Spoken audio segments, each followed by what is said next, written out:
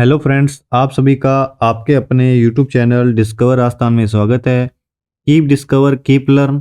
तो जैसा कि आप सभी को पता है कि आपको इस चैनल के माध्यम से जूनियर अकाउंटेंट एंड टीआरए की जो पोस्ट है उसके लिए डेली प्रैक्टिस सेट मिल रहे हैं आपको हर सब्जेक्ट के।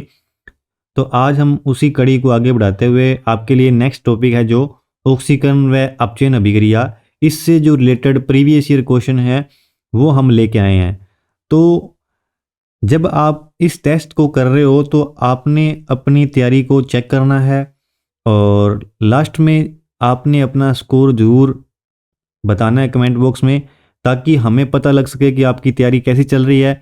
और यदि आपको किसी भी टॉपिक में आपका स्कोर कम बन रहा है या आपको दिक्कत आ रही है तो हम उसको आपको प्रॉपर तरीके से समझाने में आपकी मदद करेंगे। तो आप अपना जो जेन्युइन आपका स्कोर कार्ड है, वो स्कोर बन रहा है आपका, वो आप ज़रूर हमें बताएं। तो अब हम जो अपना जो टॉपिक है आज का, ऑक्सीकरण व अपचयन अभिक्रियाएं, इससे जो रिलेटेड प्रीवियस ईयर जो क्वेश्चन आए हुए हैं वो हम लेके आए हैं। चलते हैं हमारे क्वेश्चंस की ओर, देखते हैं हमारा पहला क्वेश्चन क्या है। तो देखो, जो ये क्वेश्चन आपको शो हो रहे हैं ये सभी के सभी क्वेश्चन हैं जो प्रीवियस ईयर में पूछे हुए हैं। तो राजस्थान के एग्जाम में जितने भी आपके राजस्थान के एग्जाम हुए हैं उनमें लगभग ये सभी के सभी क्वेश्चन पूछे हुए हैं, लगभग भी नहीं मतलब 100% ही। ठीक है, अब देखो हमारा पहला क्वेश्चन है 4NH3 और +5O2, इसकी जब अभिक्रिया होती है तो क्या बनता है हमारा 4NO और 6H2O बनता है। तो हमें ये बताना है कि ये उदाहरण है, इसमें कौन सी अभिक्रिया हो रही है और कौन सी अभिक्रिया नहीं हो रही। तो हमें देखो, इसमें देखो जब आपका NH3 है और 5O2 से जब NO बनता है और 6H2 बनता है तो इसमें आपकी जो अभिक्रियाएं हो रही हैं वो है आपकी संयोजन अभिक्रिया। कौन सी अभिक्रिया है? संयोजन अभिक्रिया। और उसके अलावा जो इसमें अपचयन की अभिक्रिया भी हो रही है। देखो संयोजन हो रहा है, देखो जैसे NH3 है और 5O2 है, देखो N के साथ क्या मिल गया? O मिल गया, है ना। H2 के साथ में क्या मिल, O के साथ क्या मिल गया? H2 मिल गया। देखो ये अलग अलग जो थे वो आपस में मिल रहे हैं ना। देखो यहाँ तो देखो NH था, ठीक है, N से क्या मिल गया? O मिल गया, है ना। और देखो यहाँ H है, H से O से क्या मिल गया? H मिल गया। तो देखो आपस में जुड़ गई ना अभिक्रियाएं। तो देखो अब इनके बारे में पता कर लेते हैं, संयोजन अभिक्रिया क्या होती है। संयोजन अभिक्रिया ऐसी अभिक्रिया होती है जब अभिक्रिया में जब क्या हो, दो से अधिक क्या हो अभिकारक हो। अभिकारक किसको बोलते हैं? ये तो आपके क्या कहलाते हैं, इस साइड वाले ये कहलाते हैं आपके अभिकारक। ठीक है, इनको क्या बोलते हैं? अपने अभिकारक। अब ये रिएक्शन करेंगे, रिएक्शन करने के बाद क्या बनाएंगे? इनको क्या बोलते हैं? अपने उत्पाद। ठीक है, अभिकारकों की जब क्रिया होती है तो हमें क्या मिलता है? उत्पाद मिलते हैं। अब देखो संयोजन अभिक्रिया में क्या होता है, जब किसी अभिक्रिया में दो या दो से अधिक अभिकारक होंगे, जैसे यहाँ पे क्या है, एक अभिकारक ये हो रहा है, एक अभिकारक ये हो गया, तो दो अभिकारक हो गए। जब संयोजन अभिक्रिया उसको बोलेंगे जिसमें दो या दो से अधिक अभिकारक हों और जब इनकी क्रिया हो, क्रिया होने के बाद क्या बने? एकल उत्पाद बने। कैसा बने? एकल उत्पाद बने। तो इस अभिक्रिया को अपने क्या बोलते हैं? संयोजन अभिक्रिया बोलते हैं। क्या बोलते हैं? संयोजन अभिक्रिया। अब देखो उसके बाद देखो इसके बाद इसमें क्या हो रही है, साथ में अपचयन अभिक्रिया भी हो रही है। तो देखो संयोजन अभिक्रिया में इसके लिख देता हूं। तो संयोजन अभिक्रिया क्या होती है? दो या दो से अधिक अधिक अभिकारक होंगे, जो अभिकारक मिलके क्या बनेंगे? दो या दो से अधिक अभिकारक मिलके क्या बनाएंगे? एकल उत्पाद बनाएंगे। कैसा उत्पाद बनाएंगे? एकल उत्पाद। तो ये तो आपकी कौन सी होगी? संयोजन अभिक्रिया। उसके बाद देखो अपचयन अभिक्रिया। अपचयन अभिक्रिया में क्या होता है, इस अभिक्रिया में जो पदार्थ में जो ऑक्सीजन है उसका क्या हो जाता है? कमी हो जाती है। ऑक्सीजन की क्या हो जाती है? कमी हो जाती है। और जब ऑक्सीजन की कमी होगी तो इसमें क्या जुड़ जाएगा? हाइड्रोजन जुड़ जाएगा। और हाइड्रोजन की क्या हो जाएगी? हाइड्रोजन की अधिकता या हाइड्रोजन का जुड़ना। ठीक है, देखो अब देखो यहाँ पे देखो ऑक्सीजन था, ऑक्सीजन की कमी हुई और हाइड्रोजन जुड़ गया, है ना। देखो यहाँ पे O2 था तो यहाँ पे क्या हो गया? ऑक्सीजन का एक ही अणु रह गया और हाइड्रोजन जुड़ गया, है ना। तो देखो इसमें क्या कौन कौन सी अभिक्रिया हो रही है? एक तो संयोजन अभिक्रिया हो रही है और अपचयन अभिक्रिया हो रही है, दोनों की दोनों हो रही है। तो देखो इसका आंसर क्या हो जाएगा? बे ऑप्शन 2 और 3 दोनों। तो समझ में आया क्या? संयोजन अभिक्रिया में क्या होता है? एक उत्पाद बन जाता है और उसके बाद जो आपकी अपचयन अभिक्रिया उसमें क्या होता है? ऑक्सीजन की कमी हो जाती है और हाइड्रोजन की अधिकता हो जाती है या हाइड्रोजन जुड़ जाती है। अब उसके बाद नेक्स्ट क्वेश्चन आपका, केमिकल क्लोराइड में क्रोमियम की ऑक्सीकरण अंक कितना माना है, ये आपका डायरेक्ट क्वेश्चन आया हुआ है और उसको याद रखना पड़ेगा आपको। केमिकल क्लोराइड में क्रोमियम का ऑक्सीकरण अंक माना गया है 6। ठीक है, क्रोमियम को अपने किससे शो करते हैं, Cr से, और इसका ऑक्सीकरण अंक कितना माना है केमिकल क्लोराइड में, प्लस का 6। तो याद रखना प्लस का 6। अब देखो संक्षारण प्रदर्शित करता है, तो संक्षारण किसको बोलते हैं, देखो जैसे संक्षारण बोलते हैं जंग लगने को। ठीक है, जैसे मान लो कि लोहे पर जंग लगना है, वो किसकी अभिक्रिया कहलाती है, संक्षारण की अभिक्रिया कहलाती है। तो देखो जैसे कोई धातु है, ठीक है, जैसे कोई धातु है, धातु पड़ी है, ठीक है, इसमें क्या है कि ऑक्सीजन की उपस्थिति, ठीक है, और आर्द्रता की उपस्थिति, ऑक्सीजन की उपस्थिति होगी, आर्द्रता की उपस्थिति होगी। इनके कारण क्या है कि इनके कारण जो धातुओं की जो सतह होगी ऊपर वाली, तो इसमें क्या है, सतह पे क्या होता है, आपकी जो इसकी चमक है वो नष्ट हो जाती है। सतह से इसकी चमक क्या हो जाती है, चमक नष्ट हो जाती है। तो जब इसकी चमक नष्ट हो जाएगी तो इस प्रकार की क्रिया को क्या कहलाता है, इस प्रकार की क्रिया को कहते हैं संक्षारण। ठीक है, इसको क्या बोलते हैं, संक्षारण। अब जब संक्षारण होता है तो क्या होता है, धातु के वजन में क्या हो जाती है, वृद्धि हो जाती है। जब जंग लगता है तो क्या होता है कि जो धातु का जो वजन होता है, वजन में क्या हो जाती है, वजन में वृद्धि होती है। ये याद रखना कि धातु के वजन में क्या होती है, वृद्धि होती है जंग लगने पर। अब देखो संक्षारण प्रदर्शित, संक्षारण में कौन सी अभिक्रिया होती है, तो संक्षारण में एक उपचयन अभिक्रिया होती है। कैसी अभिक्रिया होती है, उपचयन।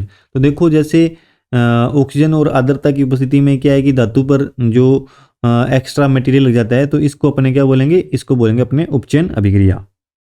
अब चलते हैं हमारे नेक्स्ट क्वेश्चन पे। देखो FeCl3 का FeCl2 में परिवर्तन क्या कहलाता है। देखो हम इसको पूरा समझते हैं। अब देखो जो इसकी रिएक्शन आपको लिख देता हूं मैं, रिएक्शन होगी आपकी FeCl3। FeCl3, तो जब इसकी रिएक्शन हुई, रिएक्शन होने पर क्या बना, रिएक्शन होने पर हमें बता दिया FeCl2 बनता है। क्या बनता है, FeCl2। अब इसको अपने संतुलित करेंगे तो यहाँ पे क्या हो जाएंगे, 2 अणु हो जाएंगे इसके। ठीक है, तो यहाँ पे इसके भी 2 अणु होंगे और एक्स्ट्रा क्या बच गया, आपका एक्स्ट्रा बच गया Cl2। देखो कैसे किए, संतुलित करनी आती है क्या आपको रिएक्शन। देखो यहाँ पे Fe के कितने अणु हैं, 2 अणु हैं। Fe के 2 अणु, तो Fe के 2 अणु यहाँ आ गए। अब देखो Cl3, यहाँ Cl3 के कितने अणु हो गए, 3 दूनी 6, 6 अणु हो गए। तो 6 में से देखो 2 दूनी 4, तो यहाँ आ गए, तो कितने बच गए, 2 बच गए। तो Cl2 हमने ये लिख दिया। तो ये आपकी क्या होगी, रासायनिक अभिक्रिया जो है संतुलित होगी। अब देखो जो ये अभिक्रिया है FeCl2 का FeCl3 का FeCl2 में परिवर्तन हो रहा है, तो इसमें क्या हो रहा है, कमी हो रही है ना, कमी हो रही है। देखो ये तो Cl3 था और Cl3 से क्या बन गया, Cl2 बन गया। तो मतलब इसमें क्या हो गया, कमी होगी, कमी होगी। तो कमी को क्या बोलते हैं अपने, अपचयन। तो कैसी अभिक्रिया, ये अपचयन अभिक्रिया है। अब देखो अपचयन अभिक्रिया में क्या होता है, ऐसी रासायनिक अभिक्रिया जिसमें पदार्थ में ऋण विद्युत तत्व की कमी हो जाती है। क्या हो जाता है, ऋण विद्युत तत्व की कमी हो जाती है। और हाइड्रोजन में धन विद्युत तत्व का संयोग हो जाता है। ठीक है, धन विद्युत तत्व का क्या होता है, संयोग हो जाता है, और ऋण विद्युत तत्व की कमी हो जाती है। तो FeCl3 का परिवर्तन किस में हो रहा है, FeCl2 में हो रहा है। तो कमी हो रही है, तो इसमें कौन सा हो जाएगा, अपचयन, अपचयन हो जाएगा। कौन सा परिवर्तन हो गया, अपचयन। अब नेक्स्ट क्वेश्चन है आपका, विशुद्ध कार्बन से CO2 प्राप्त होती है, यह क्रिया है, ये कौन सी क्रिया है, यह आपकी क्रिया है ऑक्सीकरण और अपचयन दोनों। देखो विशुद्ध कार्बन से जलने से आपको CO2 प्राप्त होती है। इसमें ऑक्सीकरण भी होता है और अपचयन भी होता है, दोनों का दोनों होते हैं। ठीक है, अब नेक्स्ट अभिक्रिया समझो। देखो इसमें क्या है, Na2SO4 PaCl2, और इसका देखो ये बन रहा है। तो ये उदाहरण किसका है, देखो ये उदाहरण है, देखो Na2SO4, एक तो अभिकारक ये हो गया, एक अभिकारक हो गया। देखो आगे क्या बन गया, BaSO4, क्या बन गया, BaSO4। देखो Ba तो इसने यहां से उठा लिया, ठीक है, Ba, अब देखो यहां से SO4 उठा लिया। ठीक है, तो ये आपका क्या बन गया, दोनों मिलके क्या बन गया, आपका एक उत्पाद बन गया। उसके बाद देखो 2NaCl, देखो Na2 के 2 अणु यहां से उठा लिए और Cl के यहां से उठा लिए 2 अणु, तो ये दोनों आपस में जुड़ गए। तो देखो ये क्या, इनका विस्थापन हो गया। विस्थापन हो गया, कितनी बार हो गया, 2 बार हो गया, दो बार विस्थापन हो गया। तो ये कैसी अभिक्रिया होगी, द्विविस्थापन अभिक्रिया। कैसी अभिक्रिया होगी आपकी, द्विविस्थापन अभिक्रिया। अब देखो नेक्स्ट क्वेश्चन है, अपचयोपच अभिक्रिया के संदर्भ में किस पदार्थ में हाइड्रोजन का निष्कासन कहलाता है। तो देखो इस अभिक्रिया में क्या होता है, इसमें जो हाइड्रोजन का जब निष्कासन होगा तो उसको अपने क्या बोलेंगे, ऑक्सीकरण। क्या बोलेंगे, ऑक्सीकरण हो गया। क्या होगा, ऑक्सीकरण। अब देखो इसमें क्या है कि अपने को बताना है कि ऑक्सीडेशन एजेंट कौन सा है। तो ऑक्सीडेशन एजेंट क्या है, KMnO4। ये आपको याद रखना पड़ेगा कि ऑक्सीकारक कौन सा है इसमें, ये है KMnO4। अब देखो नम SO2 का विरंजक चूर्ण विरंजक गुण किस वजह से होता है। देखो जो नम SO2 होती है उसका जो विरंजक का जो गुण होता है वो उसकी अपचयन क्षमता के निर्भर होता है। किस पे होता है निर्भर, अपचयन क्षमता पे निर्भर होता है। अब नेक्स्ट अभिक्रिया आ गई आपकी, ZNO का रिएक्शन किया, ZNO प्लस C का रिएक्शन किया तो Zn बन गया और CO बन गया। ठीक है, तो हमें ये बताना है कि इसमें से कौन सा कथन सत्य है। तो देखो इसमें क्या हो रहा है, ZNO का तो क्या हो गया, अपचयन हो गया, क्योंकि देखो ZNO था, इससे क्या बन गया, Zn बन गया। इसका क्या हो गया, अपचयन हो गया। ZNO में से देखो ZNO था, उसका क्या बन गया, Zn बन गया, तो इसका क्या हो गया, अपचयन हो गया। और देखो ये कार्बन था अकेला, कार्बन का क्या हो गया, कार्बन का क्या हो गया, कार्बन में ऑक्सीजन जुड़ गई तो इसका क्या हो गया, उपचयन हो गया। क्या हो गया, उपचयन। तो इसमें कौन कौन सी अभिक्रिया होगी, एक तो अपचयन होगी और एक उपचयन होगी। तो 1 और 2 दोनों के दोनों सही हैं। और किस ऑप्शन में दे रखा है, ये आपका दे रखा है ऑप्शन नंबर 1 में, तो आपका आंसर हो जाएगा 1। अब देखो नेक्स्ट क्वेश्चन, नेक्स्ट क्वेश्चन है ऑक्सीकरण को किस रूप में परिभाषित किया जा सकता है।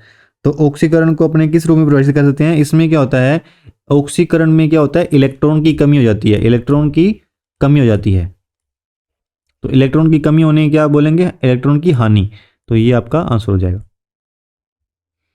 जब पोटेशियम धातु को क्या करते हैं, जब पोटेशियम धातु की क्रिया किससे करवाते हैं, जल से क्रिया करवाते हैं।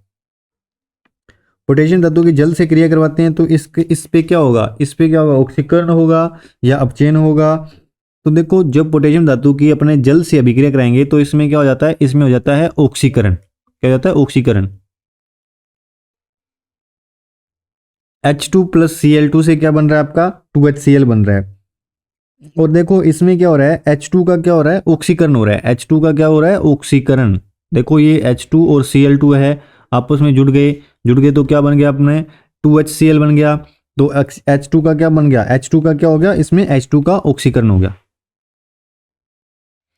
अब देखो नेक्स्ट अभिक्रिया है Fe2O3 और इसमें 3CO है और इनकी आपस में रिएक्शन हो रही है। तो रिएक्शन होने में बताना है कि हमें इसमें क्या हो रहा है, इसमें आपका जो CO है, देखो ये रहा आपका CO।